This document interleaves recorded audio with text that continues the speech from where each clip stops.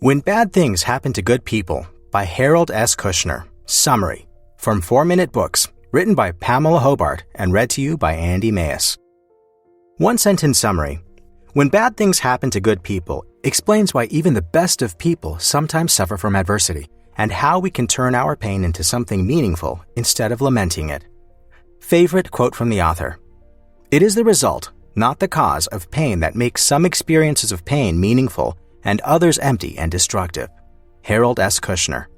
What do you do when you get less from life than it seems you deserve? It's tempting to wallow in self-pity, anger, resentment, or jealousy. On top of all those negative emotions, misfortune also encourages people to lash out at God. Some even decide he must not really exist. After all, if God were really so powerful and loving, he would protect good people from having bad things happen. But all too often, he doesn't. This is a simple and powerful train of thought. But according to Rabbi Harold Kushner's claims in his book, When Bad Things Happen to Good People, it's simply not true. Efforts to find the specific reason that a bad thing happened are often counterproductive. We don't even need those answers to rise above our pain. Here are 3 lessons I've learned. 1. If there is a God, he can't actually protect good people from bad things happening. 2. People around you are quick to offer explanations for why bad things happen, but they're often wrong. 3. It's more important to figure out how to respond to suffering than to figure out what caused it. If you haven't dealt with real tragedy yet, unfortunately, you probably will. So remember these lessons. Lesson 1. People often don't get what they deserve. Rabbi Kushner knows it all too well that bad things can happen to perfectly innocent people. His son Aaron was diagnosed with an incurable disease as a toddler.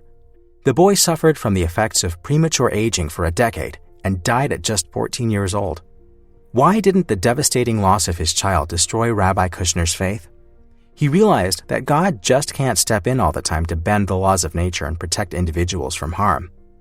Our bodies break, sometimes in unpredictable ways, but they also give us life.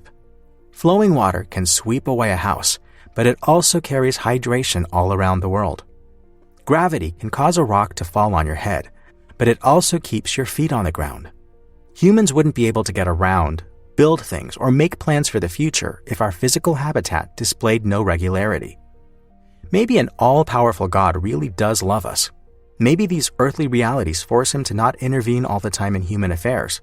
And if there's no God at all, then it's obvious that laws of nature apply to the good and bad equally. Lesson 2. Don't listen to people who try to explain misfortunes. It's deeply comforting that God, karma, or natural law delivers each person what he or she really deserves. Plenty of non-religious people believe this on some level. Maybe you're ready to swallow this bitter pill about life, but just because you accept that there's no comforting connection between deservingness and outcomes doesn't mean that everyone else will. Bystanders often say things to a person in pain like, "Everything happens for a reason," or "What doesn't kill you makes you stronger." They usually mean well, but these expressions can hurt more than they can help. What's the reason for your pain then? What if you didn't want to be stronger? You would prefer to have your loved one back. Try to understand that everyone's grappling with life's difficulties in her own way and at her own pace. When others thoughtlessly imply with cliches that you're to blame for all your own problems or that they have some deep meaning, you don't have to believe it. Now, before we get into lesson number 3, I'd like to give a quick nod to Reading.fm, the amazing people behind the audio for this and all the other videos on our channel. Reading.fm is your personal blog radio where you can listen to your favorite articles and essays from around the web, narrated by real, human professional voiceover artists. Use the link below to sign up for free and start listening to more summaries from 4-Minute Books as well as your favorite blogs right away. Okay, now let's dive into lesson number 3. Lesson 3. The meaning of pain comes from what you do with it. If bad things happen due to bad luck, not by God or karma, then what are we supposed to do about it? Instead of raging at God, are we just supposed to dwell in our unluckiness? It's tempting to wonder about and even research the causes of our misfortunes, but answers don't take the pain away, and they aren't always available. We don't know why exactly someone developed a rare type of cancer or why that car skidded off the road just where it did. We do know that people in pain can use our support and so it's better to focus your emotional and physical energy there. The urge to do something persists, and it can be channeled for good. Behind every tragedy is someone suffering who could use a shoulder to cry on, a hot meal, a kind word, even just a "I was thinking of you today" text message.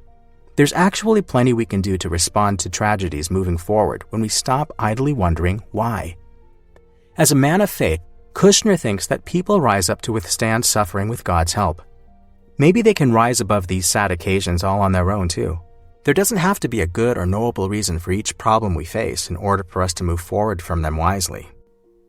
Hey, this is Nick, the founder of 4-Minute Books, and if you feel a tiny bit more optimistic after watching this video, then you should click through to this next one and learn even more strategies to become a happier, more positive person. Let's go!